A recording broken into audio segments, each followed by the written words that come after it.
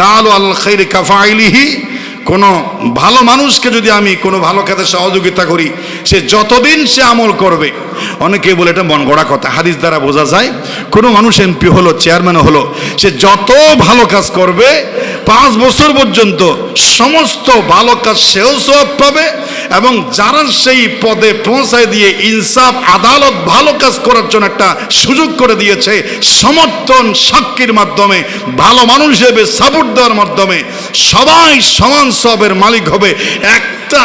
একটা সমর্থনের মাধ্যমে 5 বছরের কোটি কোটি নেক আমলের সওয়াবের মালিক হব।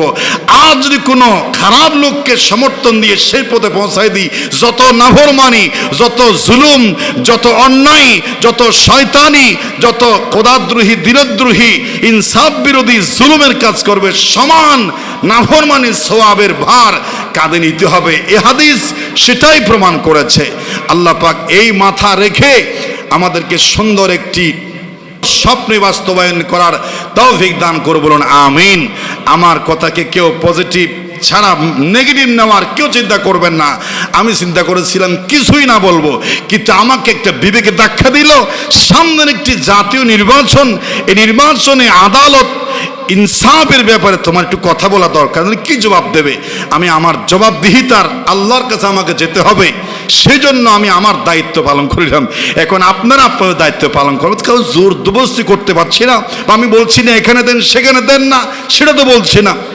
আমি আমার দায়িত্ব পালন করলাম। ওমা আলাইনা ইল্লাল বালাগ, ওয়াজের মাঝে শেষে বক্তারা বলে ওমা আলাইনা ইল্লাল বালাগ, এটা মানে কি জানে? এটা মানে হচ্ছে পয়গামটা আমি পৌঁছাই দিলাম, আমার পয়গামটা আমি আপনাদের কাছে কি দিলাম? পৌঁছাই দিলাম। মানা না মানা এটা সম্পূর্ণ আপনার ইখতিয়ার, আপনার দায়িত্ব। অনেকে বলে হুজুর এই কথা বললে কেন? তো তোমার ভালো না লাগলে তুমি না শোনো। হুজুর কি তোমাকে চাপ সৃষ্টি করেছে? লাস্তা আলাইহিম বিমুসাইতির, রাসূল গো বলেছেন কারো উপরে জোর জবরদস্তি করার অধিকার আপনাকে দেওয়া হয় নাই। ইন্নামা আনতা মুযাক্কির, আপনি শুধু উপদেশদাতা, আপনি শুধু নসিহত করবেন। যার খুশি মানবে, যার খুশি মানবে না। এই দায়িত্বের খাতিরে বললাম। সবশেষে হামুরের পক্ষে একটু কথা বলতে হয়। সবাই আপনারা প্রচার দেখেছেন, হা মানে কি, না মানে কি। আগে একটা হা ভোট দিবেন। হা মন মানে ইনসাফ, হা বোন মানে হচ্ছে একটি সরকার 10 বছরের চেয়ে কেউ প্রধান থাকতে পারবে না নেতৃত্বে। হা মানে আপনারা জানেন সব কিছু এখন ফেসবুক অনলাইনে ক্লিয়ার দেওয়া হয়েছে।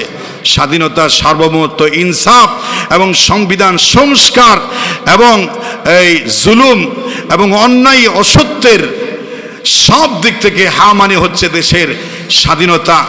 এই যে আপনারা অনেকেই স্লোগানের মধ্যে শুনেছেন যে আজাদি না গোলামি, হা বোন মানে আজাদি, না গুণ মানে গোলামি।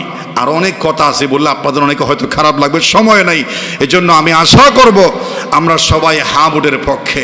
আল্লাহ হা ভোট বিজয় দান করুক এবং ইনসাফ, আদালত এবং একজন ন্যায়পরায়ণ শাসক আল্লাহ আমাদেরকে দান করুক, বলুন আমিন। বাংলাদেশ নির্মাণের পরে আবার দেখা হবে।